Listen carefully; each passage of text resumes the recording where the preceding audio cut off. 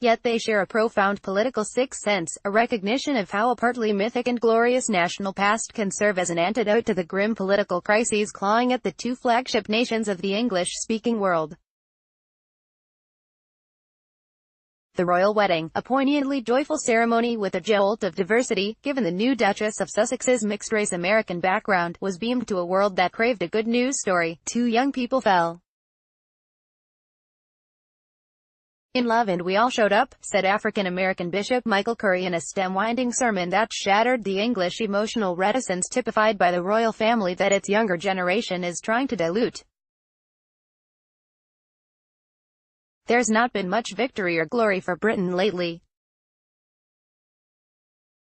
It's trudging through an existential crisis over its exit from the European Union, a prospect that splits the nation and was ignited by the 21st century political time bomb issue in Western society, immigration. It's a process that could tear the United Kingdom apart given pro-Europe sentiment in Scotland, and represents its gravest national challenge since Adolf Hitler's armies massed on the other side of the English Channel in 1940. Much was made of how Meghan Markle's arrival and her ethnic background means the royal family will never be the same again, and how she boosts the modernization project of the future King, William, and her husband, Harry. The royal family will always be different. The accent is still out of time, but with this marriage it begins to look a little more like that country it represents, wrote the Sunday Times of London in an editorial. It may help, at the margin, to make the country more at ease with itself. Polls show that a majority of Britons favour retaining the monarchy, and Queen Elizabeth, after 66 years on the throne, remains respected even by those who are not ardent royalists. Still, for all the euphoria of a good royal wedding, it's difficult to see how the new Duchess can alter the fundamentals of an institution that dates back more than 1,000 years.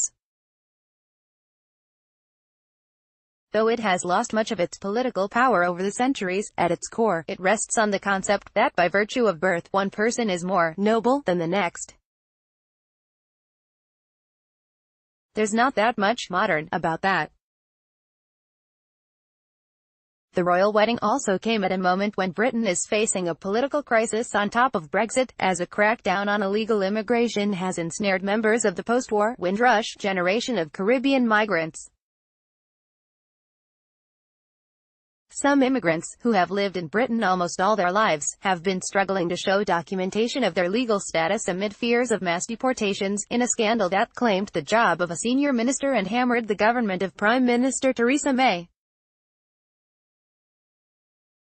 This was one reason that the racial undertones of Curry's sermon, and his quoting of Martin Luther King Jr. was so politically resonant, in a nation with significant Black and South Asian populations which also wrestles with the societal questions raised by minority religions. Daljit Sidhu, who is of South Asian heritage and lives near Windsor, told CNN's Amy Lewis that the royal family's new dash of diversity was important. "I was born and bred here, but you were always different. 10 years ago you wouldn't have thought this would happen." Still, that it took two Americans, Markle and Curry, to bring change to the royal family is rich in historical irony.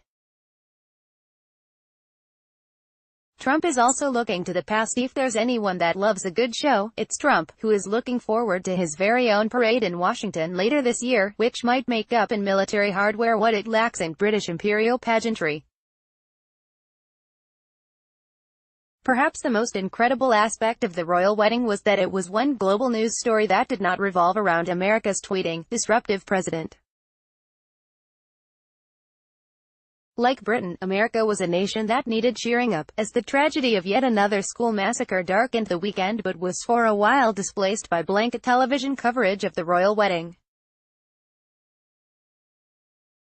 There was, however, significant breaking news out of the White House Saturday, as details emerged of a deal for China to buy significantly more U.S. goods and services to cut the size of the trade imbalance between the two countries.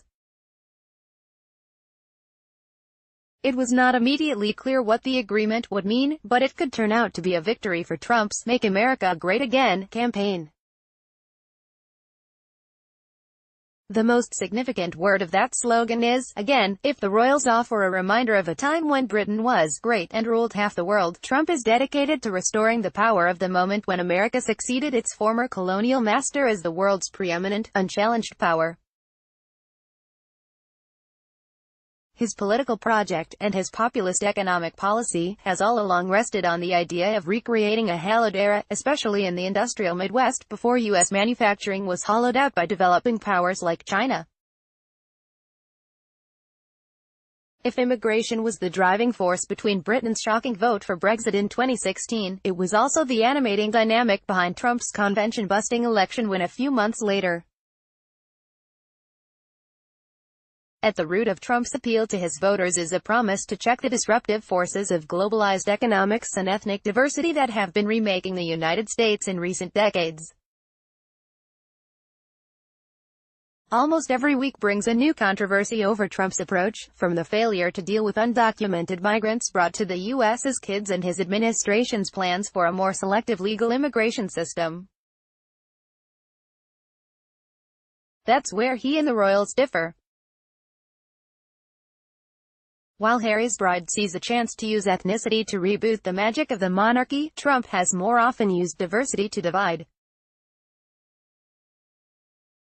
His rhetoric on Islam and race, his reported, and denied, complaints about shithole African countries and demands for more Norwegian immigrants, leave an impression he's using fears about the changing face of America as a political tool.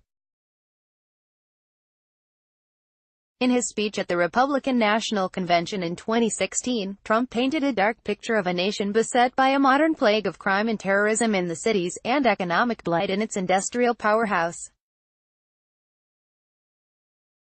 But like the royals, he evoked a glorious past. "We will lead our country back to safety, prosperity and peace," Trump said. "We will make America strong again. We will make America proud again.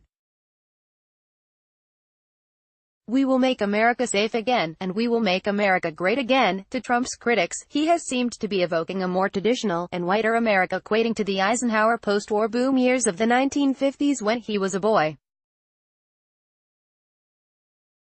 But while this vision is a popular one among Trump's supporters and helped him win the election in 2016, it's not yet clear whether it will be an enduring political message. In a nation undergoing demographic changes that will make whites a minority within a quarter of a century and with no sign that mass reindustrialization is about to take hold, Americans will get to choose whether to keep their current head of state in the path on which he has set the nation in 27 months. The Queen's health is robust, but since she's 92, a changing of the guard is also approaching for the monarchy. The years to come may test, on both sides of the Atlantic, whether paying homage to a glorious past offers a template for taking on the struggles of the future or is just a pleasing distraction on a Saturday afternoon.